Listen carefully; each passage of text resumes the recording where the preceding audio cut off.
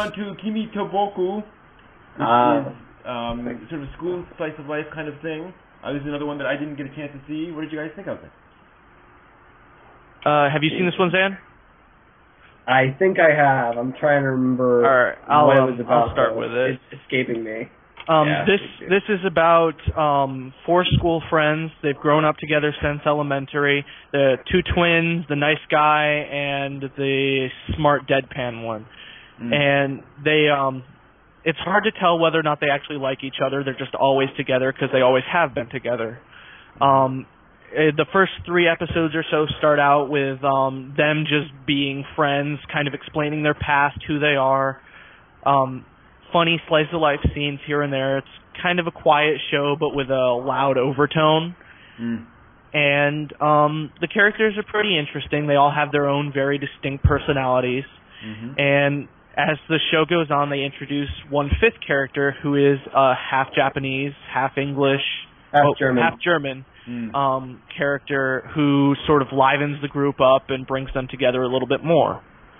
And it looks like it's going to be one of those sort of slice of life, Lucky Star sort of thing, just with guy characters. Yeah. I don't think it's as flashy as emoticonish.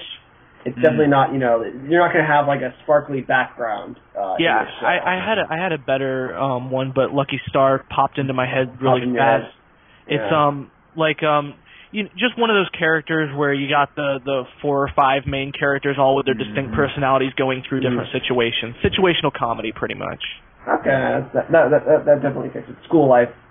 As for the fact that they like each other, they're friends, but I don't think they like each other. Like, there's one guy who clearly likes girls. Clearly. Interesting. Definitely, I like the group of friends. You have the 2 twins who are like constantly making trouble. You have the glasses guy who's the straight man, and you have the long-haired. I'm not gonna say he's shonen, but because he actually looks like a girl. He's very effeminate. And he's kind of like the mother for all of them. He's the one like, stop picking on them, be nice, he's sick. It's definitely. I just wanted to I wanted to clarify really quick. By like each other, I meant whether or not they actually get along, not whether or not they have feelings for each other. Gotcha. Well, they've been together since kindergarten. I hope they get along. It's hard to tell. They just kind of they stick together because they've always been together, but it's hard to tell whether or not they really get along at first, at least. Okay, fair enough. And each character's got his thing. Like one of the twins is very strange, as he's good at any sport, but he doesn't want to do it. He's actually an otaku. But he just doesn't want to play sports, even though he's like godlike at them. You have and then more, and as the show goes on, more characters are introduced. Second episode, there's like this girl who doesn't want to be helped, but and basically for that, because the effeminate guy tries giving her a bandage and helping her out, but for that she then starts cursing or like pulling tricks on him, like tripping him in the hallway and doing stuff, and eventually gets a little bit too far, and she's like, I'm trying to describe this now. It's a good comedy series, is what it is. Good comedy, good school life. You have some emotional bits in there as well. Okay. And if you like that, it's kind of shoujo-ish, but it's not about girls, it's about guys. Like one girl so far. Any last details is the half Japanese, half German guy. He can be a little bit annoying sometimes. I usually like those characters, but he was a little bit too off there. Like it was hard for him to mesh. Well, he acted like he was a 12-year-old essentially. And I like characters who are young, but he was just like he was out there. Yeah, it's a good series though. Definitely first episode recommendation. Cool. Moving on to Boku wa Tomodachi ga Sukunai, aka Haganai. Or aka Friends Who Are Not Invisible. Correct. Basically, this actually surprised me quite a bit. I'll lead off with this one. It's by AIC, so one of the classic harem anime studios. And it actually surprised me for the fact that there was like no fan service until the opening credit sequence, and then boy was there fan service. And then it turns into in the series there wasn't though. There was no fan service. Yeah. That's a weird thing. It increases over time, but not to a High School of the Dead extent. Right. It's very I wouldn't even say manageable. that. It's like not really fan service at all. I would say, like we haven't seen a single panty shot. We haven't seen like a single breast close up really. Even the episode where they're at the water park, there isn't much fan service. I would say. I think there's a swimsuit shot, but other than that, not really. Okay. I really like the characters. I found it was interesting that you have this series where these characters kind of trying to figure out how to make friends, and that they all really do have problems with it, and they're very distinctive, people. And I also appreciate the fact that they weren't all pathetic. Yeah. They all have their reasons, but they all have very strongly defined personalities, and they're all just sort of doing their best. And just kind of a neat world, overall. And it actually has kind of a 1990s anime feel to it, where they're not trying to establish any big arc of plot or a lot of those sorts of things. It's more of this, again, sort of relational, character-driven story about a couple of folks in high school trying to accomplish something, which is kind of nice. Yeah. I'll go on now. I feel that with this anime, with the opening, I feel like they're trying to AFC fans, we're making another anime. It's like, oh boy, another harem anime? There's the harem opening, and wait, this isn't any harem. It's been 10 minutes, there hasn't been a single panty shot. What is this? That's what I feel for that. At first glance, it seems to be a hetchy harem, but it's not. It's a school life comedy. Oh god, it is a good comedy. Second episode, watch it, love it. They basically do a huge parody on Monster Hunter, which is a huge MMORPG in Japan, and also over here in America as well, when you can get it. And they just do a huge parody about these two girls basically trolling each other on the game. Like, one puts one of the characters to sleep, puts a bomb next to her, shoots it. And they just troll the hell out of each other, and the guy is like such a noob. Like he's like, "Oh, I found minerals," while they're like killing each other. And but what's also interesting is each of the characters has their own problem. This is very reminiscent to MM actually, where like one character has this dysfunctioncy, one character has this dysfunctioncy, and it's actually, as comic as that dysfunctioncy may seem, it's actually kind of tragic in some cases. And the same can be said in this series, like, main character, he's, excuse me for a second. Go ahead, Brent. Okay. The one thing about, like, I love this show. The animation, the characters, the plot, the comedy, all of that. I love the show. And I hate to be a downer about it, but there's one thing that kind of gets to me that I also like at the same time, and that's the fact that, they're in a club designed to make friends, and they all have their compatibility and their incompatibility. And the one thing that annoys me is I can tell it's going to take almost the entire series just for them to figure out they even so much as get along with each other. And it's a little annoying to expect to see them hating each other almost the whole series. Yeah. Or at least being kind of bad friends in that sense. Yeah.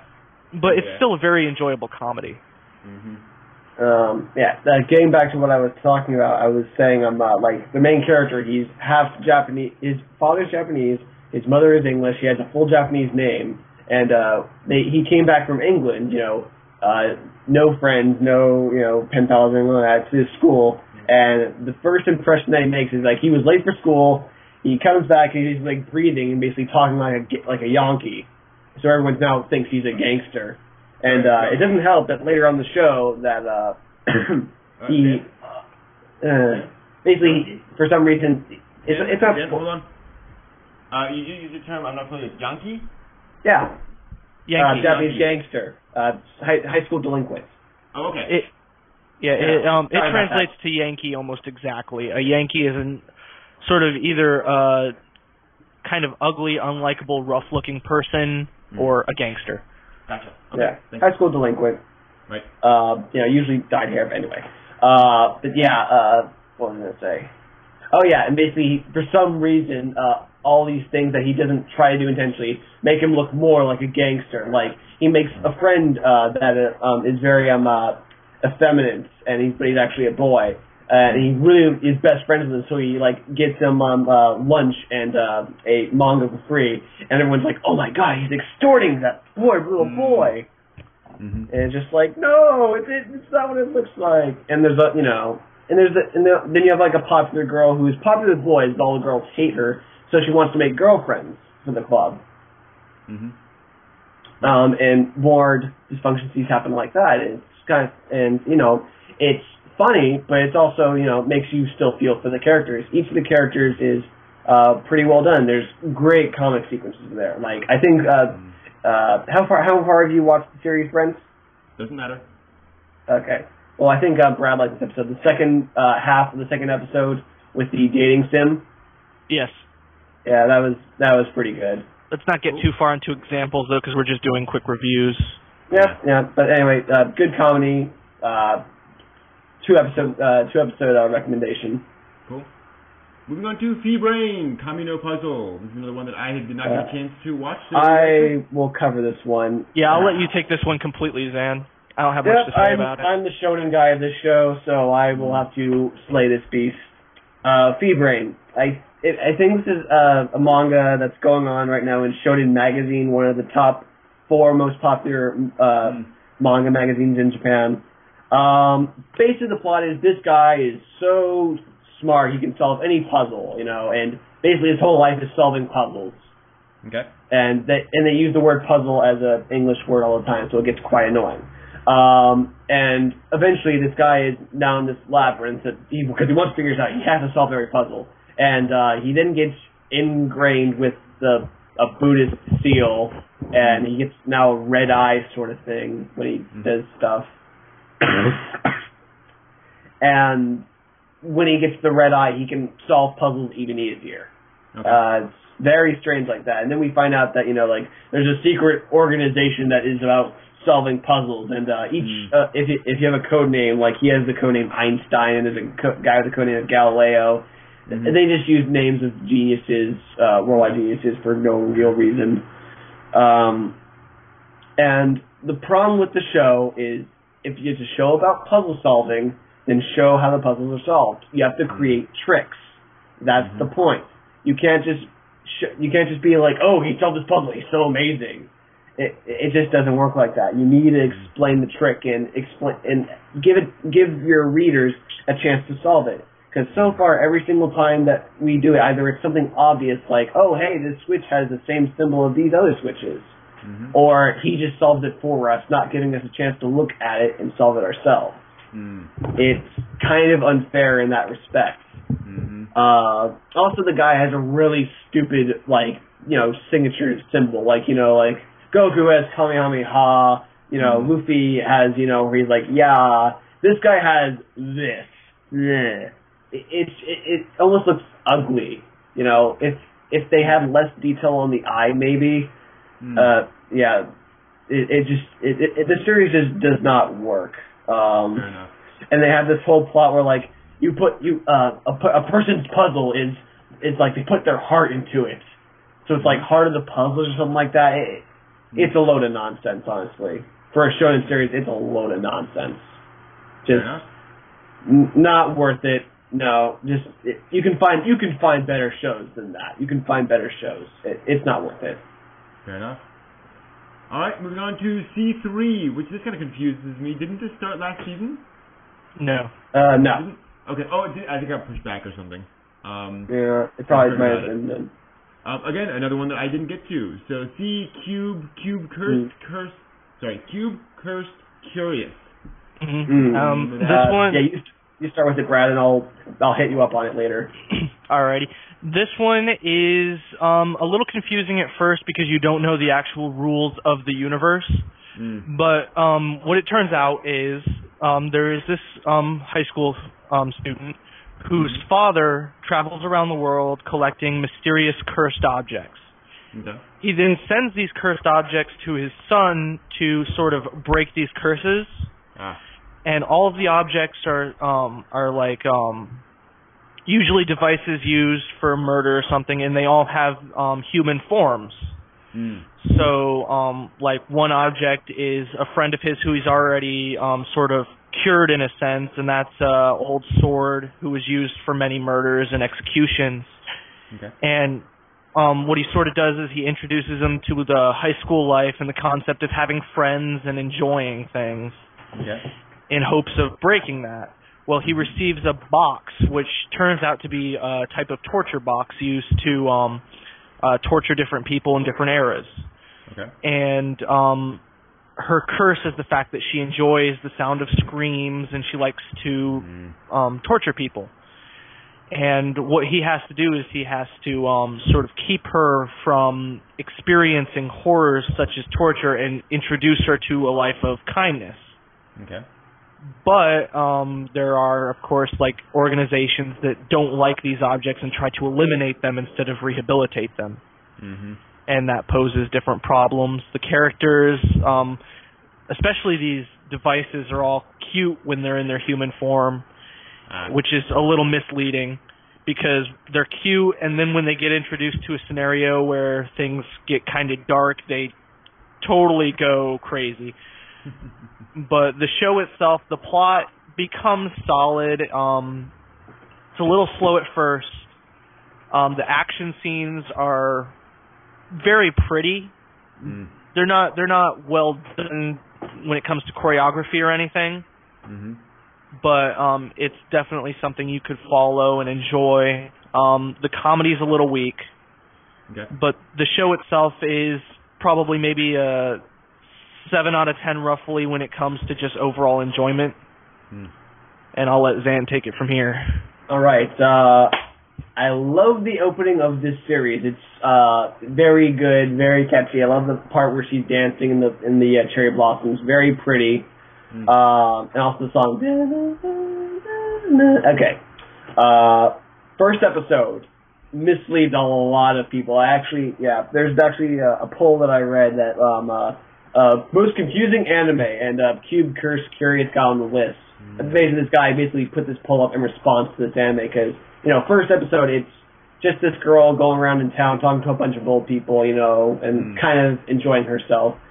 And second episode ends with a dark fight, which is definitely very off-putting.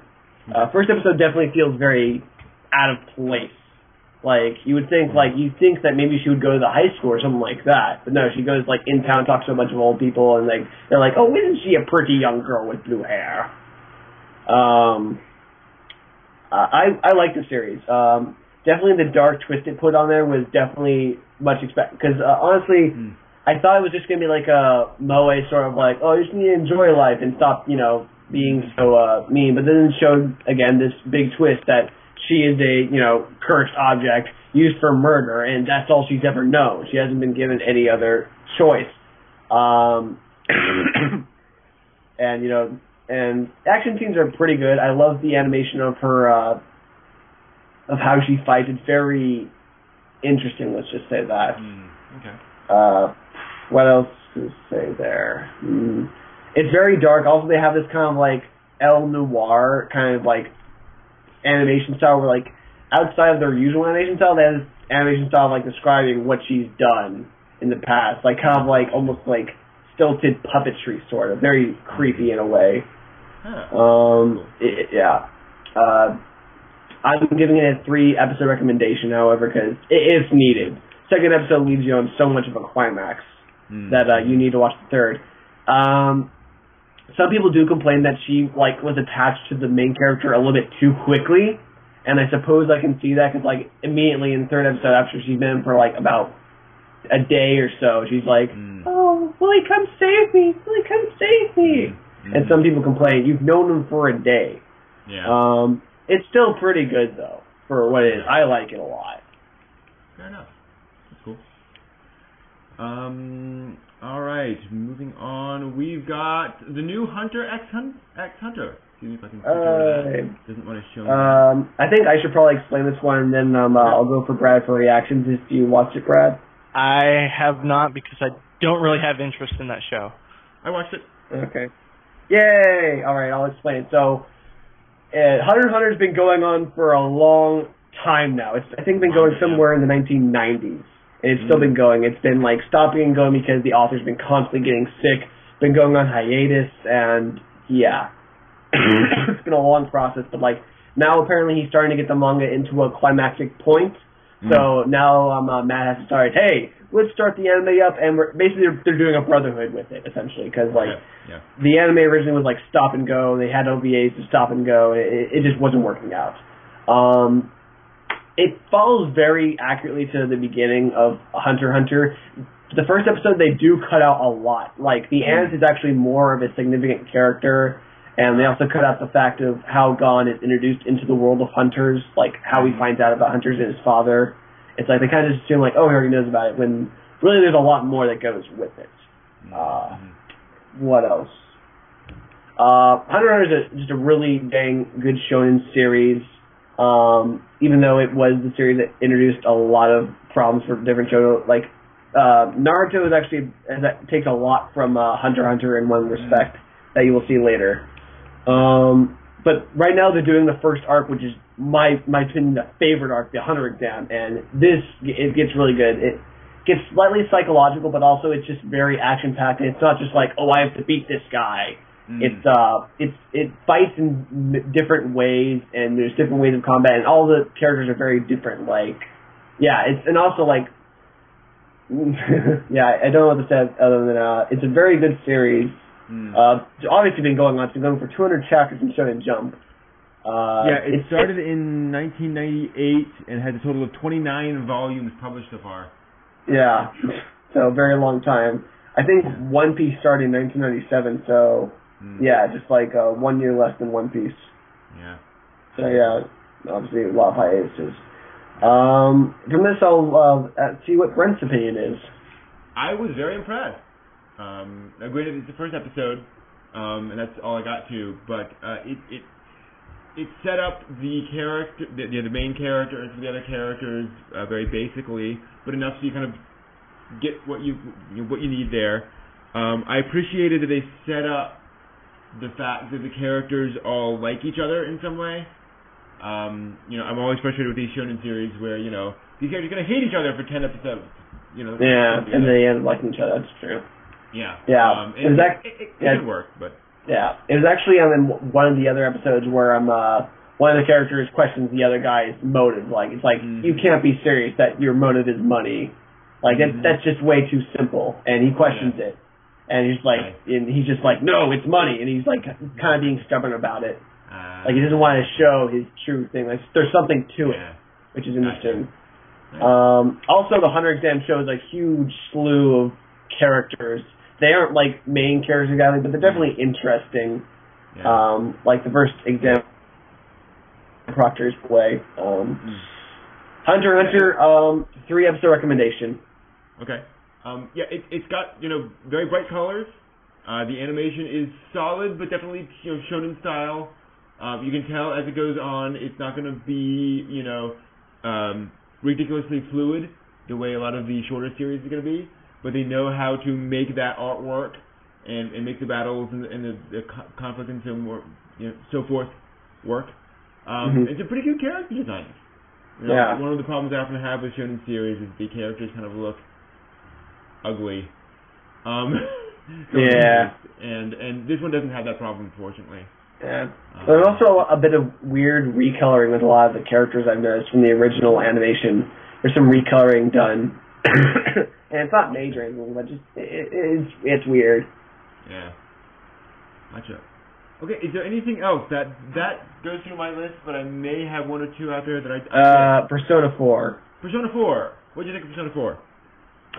Persona 4. I have not yet played the game. I've heard a lot of good things about it.